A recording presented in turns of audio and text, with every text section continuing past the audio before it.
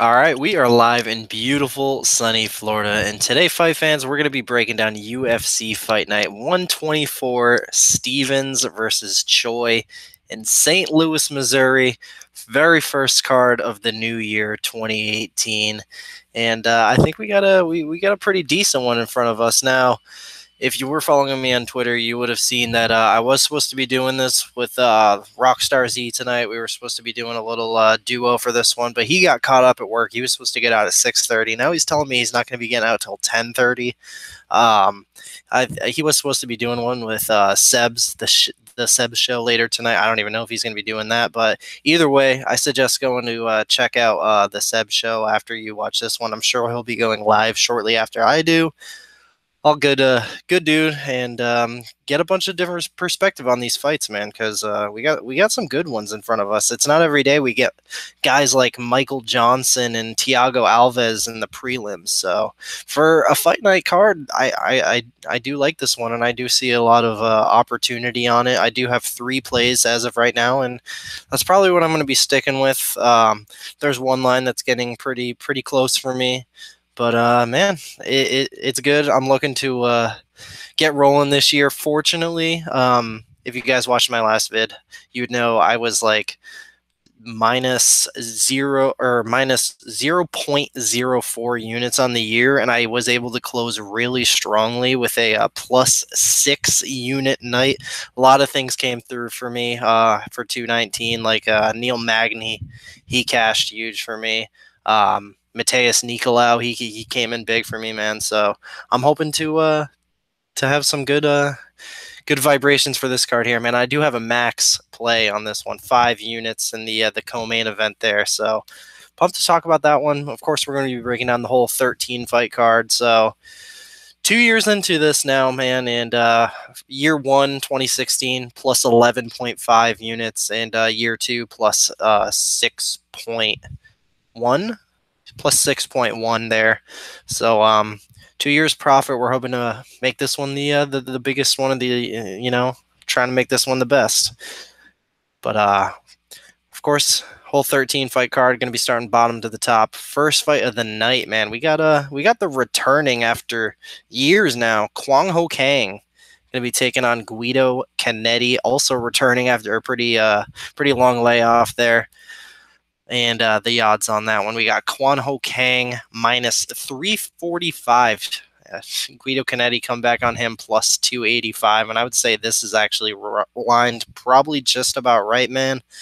I feel like Kwang Ho Kang, he's a guy that's in his prime. I feel like he's not even that old, man. I feel like, let me see, I think that guy's late 20. Yeah, he's 30 years old. Guido Canetti's real up there, a little long in the tooth, especially for a lower weight division like 135. I feel like Kwang Ho Kang is going to have a massive speed advantage here, and the dude's a lot more technical as well, and I feel like he can probably eat Guido Canetti up early here. I know Rockstar Z's got a nice little big bet on Kwang Ho Kang, and I don't blame it at all, man. This should be easy work. Obviously, offs they do they are a big concern, but like I said, Canetti's coming off a layoff too, and just bad matchup for him, man. I think Kang eats him up on the feet. He can land takedowns, do whatever he wants to do here. So I'm gonna go with Kwang Ho Kang. Line's a little too steep for me to play, but I will say he impresses and gets a first round knockout here, and probably not a bad play for DraftKings at all there. So Kwang Ho Kang first round KO. Up, man. This is one of the fights I was looking at far in advance because I do like this fighter a lot in this spot, but ended up not playing it. So we got Mike Santiago minus 170 taking on Mads Bernal plus 150. Don't think highly of Mads Bernal in the slightest. Dude's a decent grappler. He's got good scrambles. He's he can go out there and submit guys in the European regional scene, but things are a lot different in the octagon. And Mike Santiago, both these guys are 0-1 in the UFC, but I mean, look at and they are both coming off of very, very tough competition. Santiago lost to Zabit Magomedsharipov, and Mads Bernal lost to Michel Prazeres up a weight class. So no shame in either of these guys' losses at all. It's just up until that point, I'm a lot more impressed with the resume of Mike Santiago. I'm a lot more impressed with the skills of Mike Santiago. I feel like Mads Bernal he's a little green in his game, and I feel like Mike is a guy in his prime. Obviously, he's going to be wanting to keep this on the feet. He is a very good striker, and I feel like all he has to do is stuff the takedowns here, and this is easy work. I feel like this is not even close on the feet. I feel like Mads Bernal gets eaten up on the feet here if it stays there. I hope Mike Santiago has been training that takedown defense. Clearly, Mads Bernal is going to be looking for that takedown, trying to get that submission, but I don't think it happens here. I trust Mike Santiago to stuff the takedown. So if you guys don't know, Mike Santiago went on quite the run before meeting Zabit, aka the future GOAT. So he started off his career 10-9, and ever since then, man, he went on a gigantic 11 fight win streak with 10 finishes. He got the big call up on Dana White's Contender Series. He was the sizable underdog against Mark Cherico. Goes in there, knocks him out in the first round. Now, like I said, I'm not impressed with the game of Mads Bernal, but I mean, there is a clear path to victory for him. Land the takedowns and either grind the guy out or submit him. But I just feel like his game isn't sharp enough at this point to be able to go in there and time the takedowns and land the takedowns consistently. I feel like Mike Santiago, with the experience, home country advantage, I feel like there's a lot more going for him here. And at the line right now, man, minus 170, minus 165 in some places. I feel like there's actually a lot of value in Mike Santiago. So I'm gonna go with Mike, and I'm gonna say he gets it done in the first round via strikes. I think he's able to keep it on the feet, and Mads doesn't stand much of a chance there. I think Santiago puts him away early. He's got a high finish rate, so is it really that crazy to say he gets a first round finish here? I don't think so at all. So I'm going to go with Mike Santiago, and I'm going to say first round TKO. So moving on to the next fight, and that's a pass for me. Although I am going to be playing a lot of Mike in DK. So now moving on to the next fight in my first play of the night, we got JJ Aldrich minus 130 taking on Danielle Taylor plus 110. Line's a little surprising to me, man. I did put 2 units on Danielle Taylor at plus 105. I just feel like when it comes to the actual, how good of a striker are these women, I feel like it's about even, but Danielle Taylor she's kind of special, man. We don't see a whole lot of her in women's MMA, especially these lower weight classes. She's real short, but she's fucking stocky, man. And I feel like she just has so much more power than JJ Aldrich. She can push the pace. She's gonna be walking her down, landing big shots. Now the knock on Danielle Taylor is that she's a little tentative and she doesn't throw as much as she should. I feel like if she comes in here in this fight, and I will say, I do think, this is her 4th fight in the UFC. I think JJ Aldrich is probably the most favorable, I want to say, matchup that she's been given. I feel like if she goes in there and she's not tentative, she goes in there and she's feeling herself, she swings. I feel like it's going to be an easy contest, an easy 30-27, 30-26 type decision. Just walks Aldrich down for 3 rounds, similar to how Jessica Andrade walks girls down. She's that kind of bulk. She's jacked, man. I mean, she's not quite the size of Jessica Andrade. She's a little shorter, but she's got pop behind her punches, and I feel like JJ Aldrich, she has what we like to refer to as pillow fist. She doesn't have a whole lot of pop behind her punches. Now, she can box. She has boxed girls up, but man, I feel like this is a tough task in front of her here. I feel like if Danielle Taylor goes in there tentative and fights how she normally fights, I feel like she's going to win a close split decision. I feel like obviously we've seen by now the judges favor her style, and she's been given, a decision here and there that maybe she didn't deserve so much. The Seho Ham fight comes to mind. But if she comes in here and she's not tentative and she actually throws and she pushes forward, easy contest. So I like the dog money. I put 2 units on Taylor at plus 105. I think she gets it done by by a pretty sizable decision. I'll say 30-27 decision for Danielle Taylor via just walking the girl down, punching her up. I feel like as soon as she feels the best punch of JJ Aldrich, she's going to say to herself, all right, this girl has nothing for me. I'm just going to walk her down and show her what's up. So I'm going to go Danielle Taylor, 30-27 decision, 2 units at plus 105. So moving on to the next fight, we got Irene Aldana, minus 235, taking on Talita Bernardo, plus 105. Man, I'm going to be honest, I did not quite get the time to do the research for this fight. I know Talita, this is her sophomore appearance in the UFC. She came in short notice against Marion Renault, who, Marion Renault, she's a tough girl. She's not the best in the world, and she went out there and she got smoked, man. She got finished by Marion Renault. So, and I do believe this is a tougher task here in Irene Aldana, who's actually, she's a pretty good striker, and she has pop behind her punches. She's finished 145-pound girl. So I feel like she could kind of go in here and keep in mind I did not do the proper tape study for this fight. This is kind of me just bullshitting here, but I feel like Irene Aldana, before she was in there against real good fighters like a grizzled vet in Leslie Smith and a different prospect in Caitlin Chukagian, before those fights, she was going in there and absolutely smoking girls. And I feel like Talita Bernardo is the caliber of girl she goes in there and smokes. So I do think the line's right in minus 235.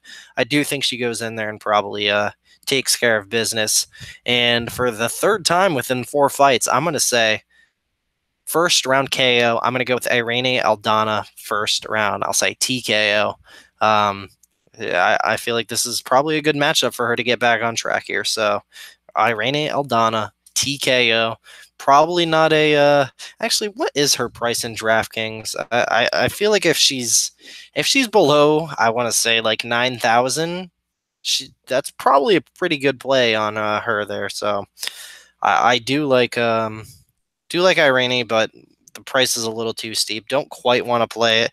If we were talking minus 180, minus 190 range, I'd be all over that. So I'm trying to pull this up. I want to see. I really am interested. She's exactly minus 9,000 or minus 9,000. She's $9,000 on DraftKings. So I think there could be a value in that, and I'm going to be playing a little bit of her on there because I do feel like she gets a finish, and I feel like she'll probably be lowly owned because you get all these other finishers in the card. So I like Irene, and I think she could be a real sleeper pick of the weekend for getting a nice finish and a lot of points on DraftKings. So got her a first round TKO. Now moving on to this one, man. This is my second play of the night. We got Jessica I minus 120 taking on Kalindra Faria plus 100.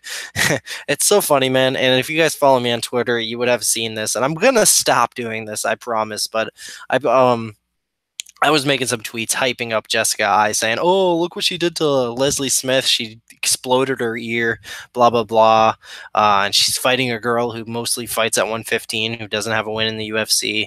That's just me kind of messing around with the public, trying to get money to come in on Jessica I. And it has. And I got the number I wanted. Kalindra Faria is now plus 100, and I did put 2 units on it. So 2 units plus 100 to win 2. I just feel like Jessica I loses fights, man. She loses fights. She's, 1-6 in the UFC? I mean, the girl's so tentative. She just can never get off on her own strikes. And, the real showing to me, which showed me this girl just doesn't belong at the highest level, is when she went in there in her hometown against a tailor-made opponent in Betch Kahea, and she still couldn't even pull it off. Now, I did think she won that fight, but she made it too close, man. And, she got outstruck. She just didn't throw enough. And I feel like this is what's probably going to happen here. She's going to come in here, and what we're going to see a 3-round striking match. I'm going to take, in my opinion, who I think is the better striker. I think Kalindra Faria has the sharper Muay Thai, and in what I think is going to be a 3-round striking match, I want to take the better striker. So I'm going to go with Faria. I feel like she'll get it done via, I'll say, a 30-27 decision, and she's going to take care of business, and Jessica I is going to look bad again, and she's probably going to get cut, and then we'll be able to fade her in Invicta. So I like Kalindra. There's really not much to go in depth into here. I just feel like this fight's going to take place on the feet, and the better striker, the striker who throws more, is going to win a clear decision. So Kalindra Faria, 2 units, plus 100, 30-27 decision. So moving on to the next fight, man, we got Zach Cummings, minus 200, taking on Thiago Alves, plus 170. Now, I'm really interested to hear Rockstar Z's take on this fight. I wish he could have been on, man, because he did take the 2-unit shot on Thiago Alves at plus 175, and I have to say, I fully support that bet, man. I feel like the line is very, very off. I mean, obviously, Zach Cummings is a guy who's in his prime. He's got a lot more to give in his career. He's got a lot more pop behind his punches. He arguably has the better wrestling and jiu-jitsu.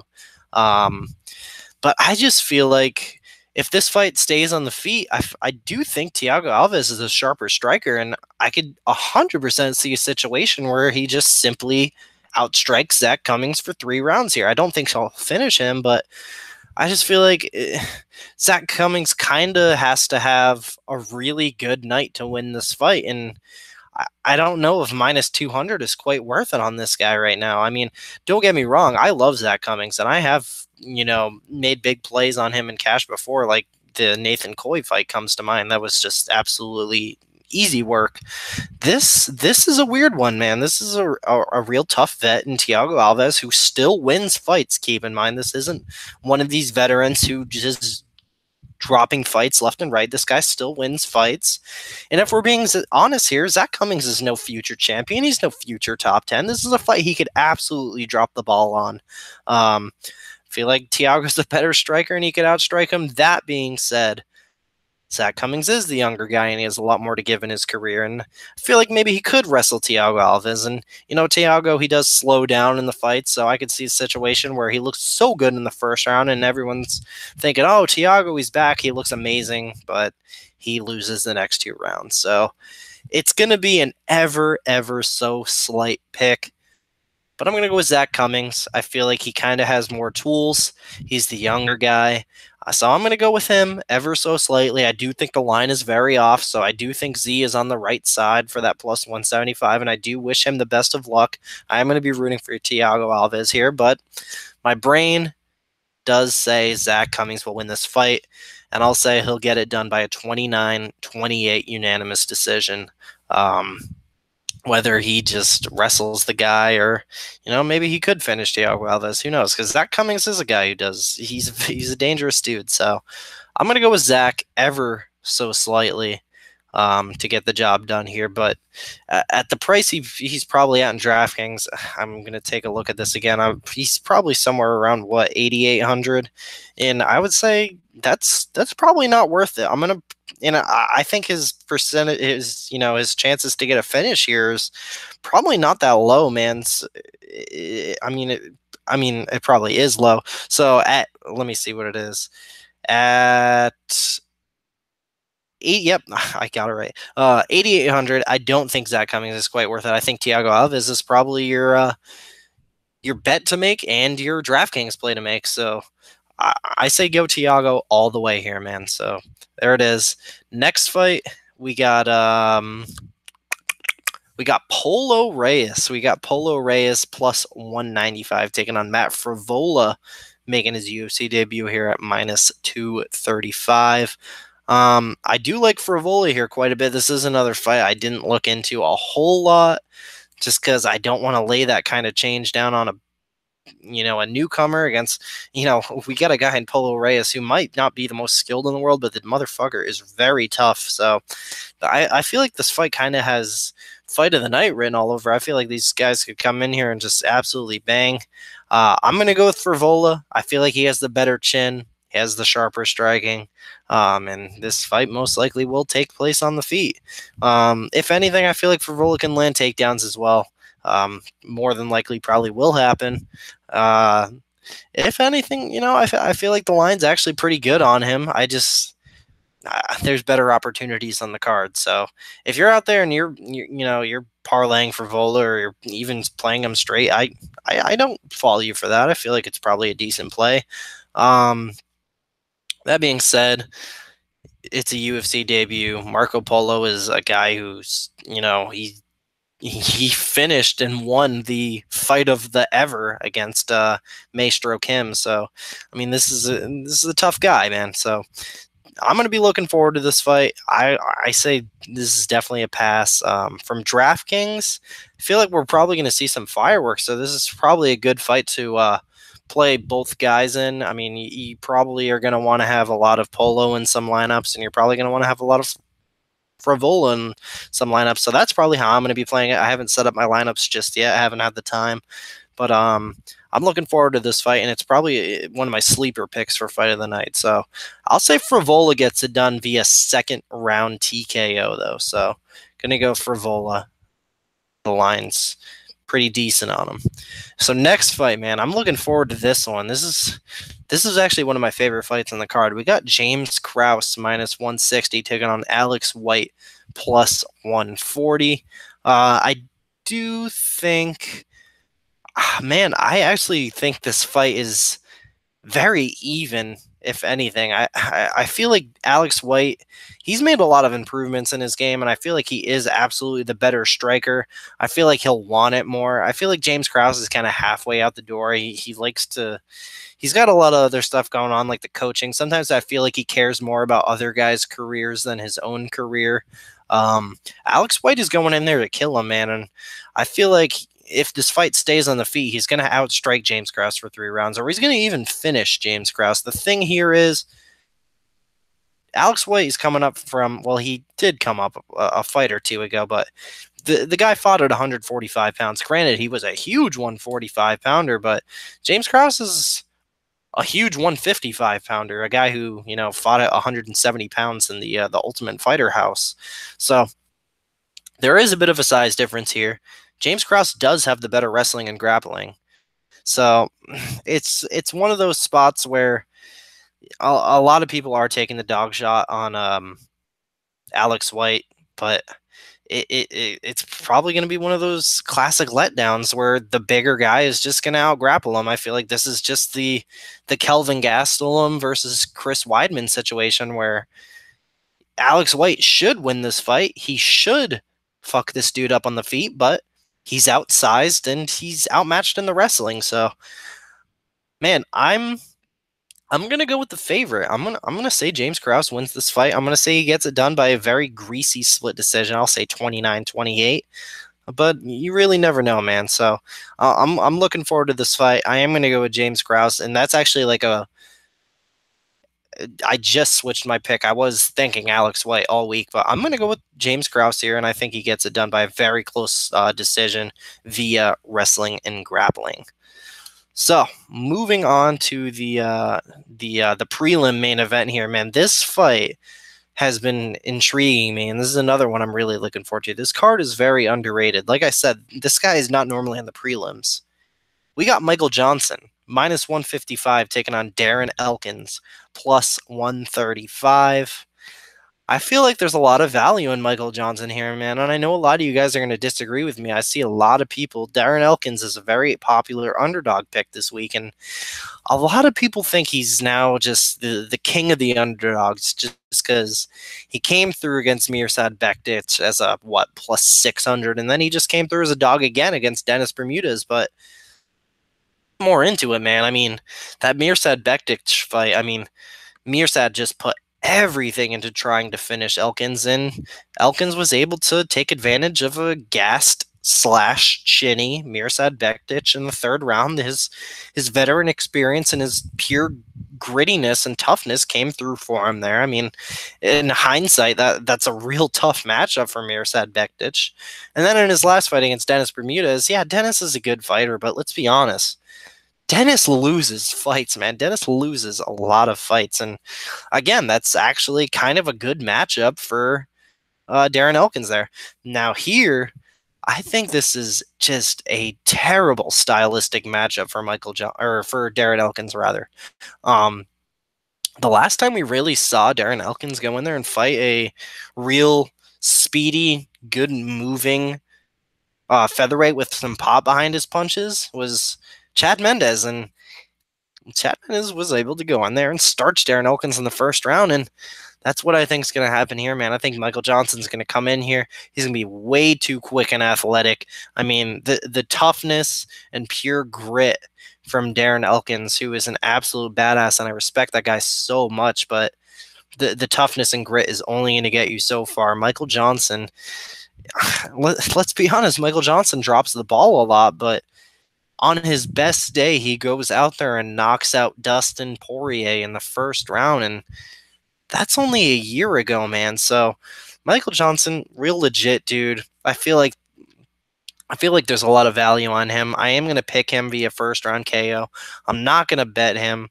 I feel like he's a guy you want to stay away from, man. So in DraftKings, yes, we'll have a lot of Michael Johnson for the betting lines. I would be very cautious with him, man, because like I said, he does drop the ball a lot, and people tend to drop the ball against Darren Elkins. So it's just weird. There's a lot of intangibles here. I say pass, but when it comes to DraftKings, I like Michael Johnson quite a bit because he is favored. If he wins, it's most likely going to be a first round knockout. So I say Michael Johnson all the way in DraftKings. But it's gonna be a pass from a betting perspective, and I'm gonna pick him via a first round KO. Now, another line I was looking at that's actually not that bad is fight doesn't go to decision at plus 140. I think that's actually a nice little line because I feel like your two most likely outcomes here, excuse me, is that Michael Johnson goes in there and starches the guy in the first round, or Elkins survives the first round and absolutely starts to put it on Johnson in the later rounds and gets another third round finish. So I could see the fight ending in any of the 3 rounds here, man, and I could see either guy doing it if we're being quite honest. So fight doesn't go to decision at plus 140 is tempting, man. Who knows, man? I might play it if it gets a little better. It might just get a little too juicy for me. So we'll see. But the pick is going to be Michael Johnson first round KO. So moving on to the main card here, man, we got Kamaru Usman minus 650, biggest favorite of the card, taking on Emil Meek plus 475. Now, shout out to my boy Justin of UFC Bro Picks, who had the absolute gigantic stones to put down 1 unit on Emil Meek here. I do understand the thought process. I mean, it's such a gigantic line, and we've seen so many times this past year in 2017, people with that line behind their name, they come through. And if we're being honest, Emil Meek is quite the specimen. The dude is fucking jacked out of his mind. I feel like he could really knock somebody out at any given second. The problem here is Kamaru Usman is a top 3 welterweight in the world and has some of the best grappling in the entire UFC. So real tough matchup. I feel like he's just going to be able to go in there, throw Meek on his ass, and hold him down on his back the entire 3 rounds. So I'm going to go with Kamaru Usman. I say he gets it done via a 30-26 decision. I do give my best to Justin. That would be really awesome if he cashed, but it's probably not going to happen, man. I got Kamaru Usman. He's 10 times the wrestler Emil Meek is. So, and it's been a while since we've seen Emil Meek. So I got Usman. He's got all the momentum. This should be a easy matchup for him here. So Usman, 30-26 decision. Now moving on to the next fight. We got Paige Vanzant minus 105 taking on Jessica Rose Clark minus 115. I've been switching my pick back and forth between this fight actually all week, and I see some people really confident on both sides, and I kind of think that's, I don't know how you can be confident on either side here. So you got Paige Vanzant, who's moving up a weight class to 125 here, and we don't know how that's going to work out for her. She was never really a big strawweight. I mean, I'm not sure I guess the weight cut's tough on her, but she just doesn't come off as a big strawweight to me. So we'll see how she looks at 125 here. Jessica Rose Clark, girl who's fought at 145, but she has no business at 145. She's definitely she's a she's a pure 125er. That's where she should be. And they are the same height, but Jessica Rose Clark is a little bit bigger. She should have a size advantage in there. So with the size advantage, I feel like maybe that's really all she has going for her. I feel like Paige Vanzant is, something just doesn't click with her.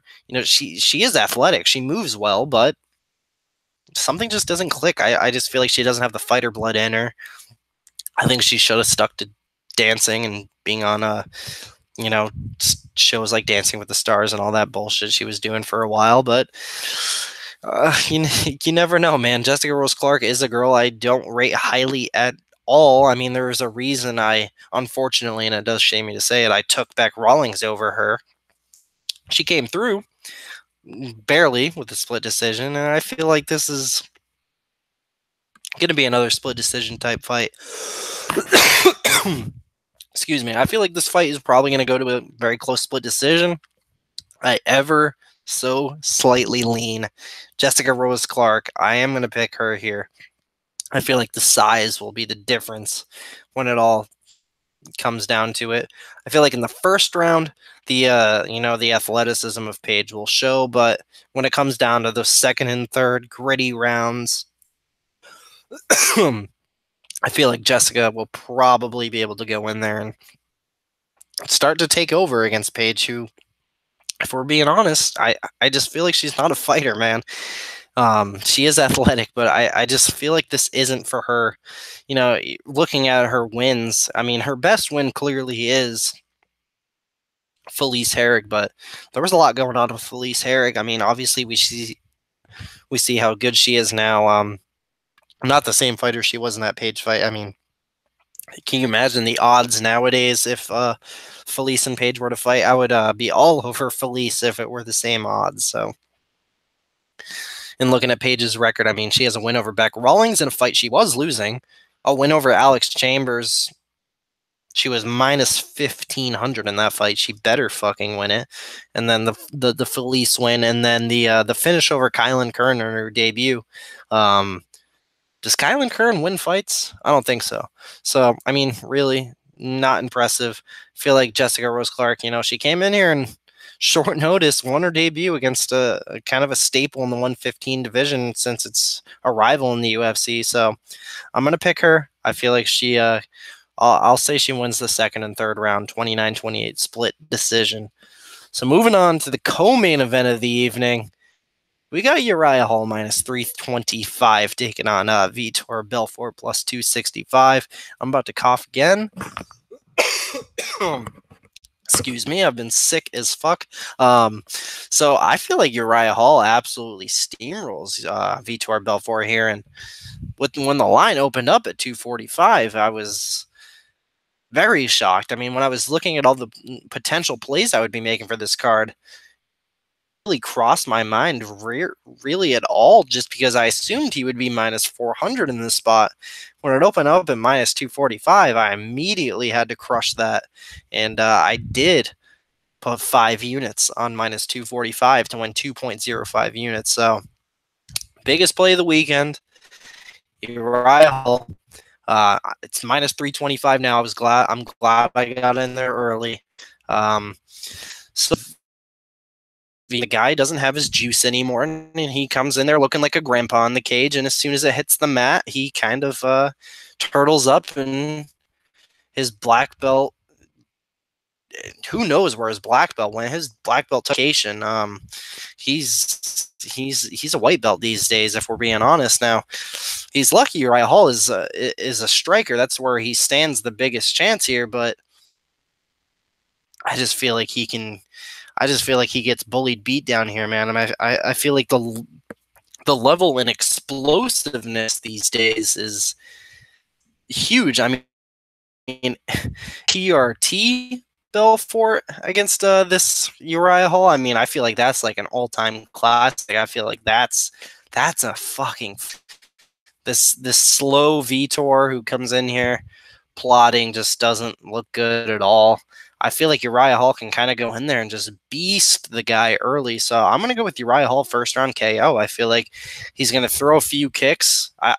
Every time I envision this fight, I envision a body kick. So I'm going to say Uriah Hall gets this done by he hurts him with a body kick and then just swarms him. That's what I envision, man. So, and I'm seeing a spinning body kick. And if I get this right, I'm the best. We already know I'm the best. No, I'm just kidding. But yeah, I feel like Uriah Hall is just going to be able to kind of go in there and toy with Vitor here. I mean, the athleticism difference at this point is just absolutely ridiculous.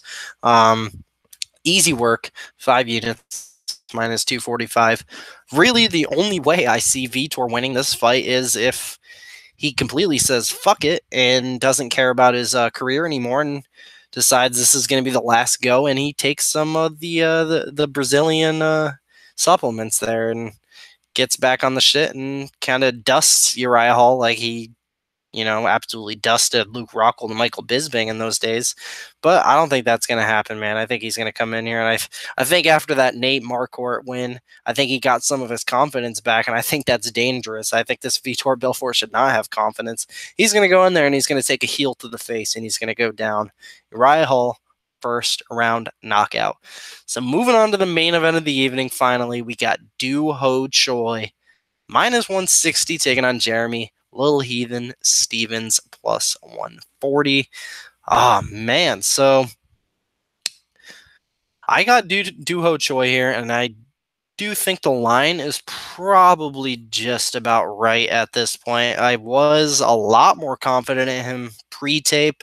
So the thing here, I feel like obviously he has had the time off, but man, everyone acts like Doo Ho Choi looked like absolute dog shit in that fight against Cub Swanson. And although, in my opinion, he did lose every round and he did get dropped all over the place and all that, we're still talking about a very young kid here, man. And the amount that he probably learned in that fight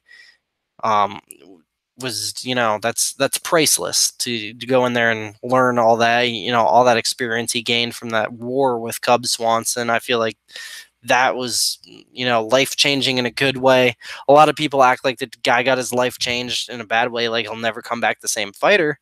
I completely disagree, man. We're not talking about a 40-year-old guy. We're talking about a 25-year-old kid. So, I feel like he took the proper amount of time off. It's been about 11 months here, 13 months. It's been about 13 months here, and I feel like he's going to come back a much better fighter after that.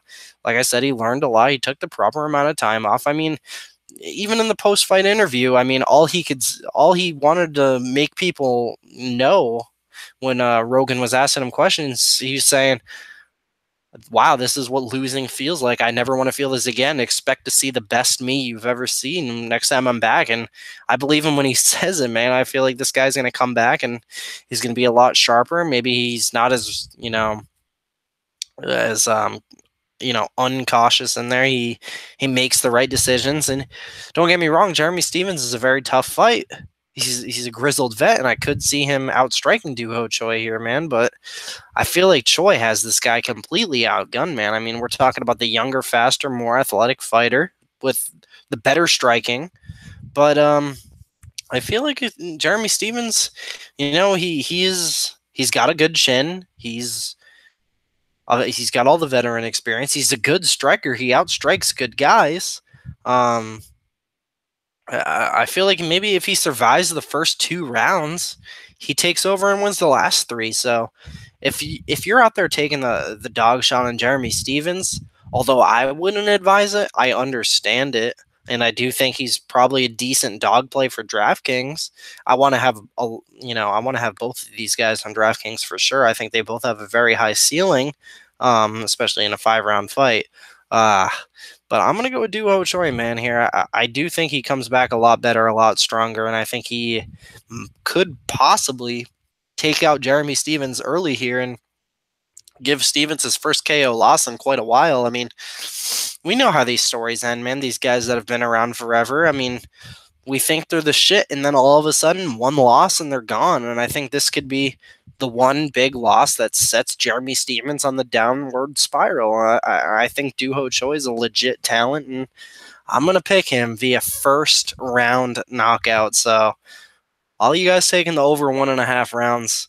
I mean, I do wish you the best of luck, but I don't think it happens for you. I think Duho Choi comes out here and starches Jeremy, and we'll see, man. We'll see. I do wish my buddy Justin all the best here. He does have Duho Choi, and I do think he cashes. So awesome card. I love talking about these fights with you guys, and I can't wait for Sunday. I really can't. I appreciate all you live viewers very much. Let's see if any of you guys have been talking in the chat here. Yeah, of course you have. We got Pedro, Golden Boy, Spaghetti, all you guys. All you guys liking the video. Like this video. It takes like 2 seconds. Comment below. Tell me who you're betting on. I appreciate you all watching very much. Follow me on Twitter at MMAKelton. I'm down to talk fights with just about any of you guys. Golden Boy, you have no idea what you're talking about, man. You're hilarious. It's a funny guy. It's so funny when people don't know what they're talking about. But I appreciate you guys very much for watching, and you all enjoy the fights on Sunday. Thank you.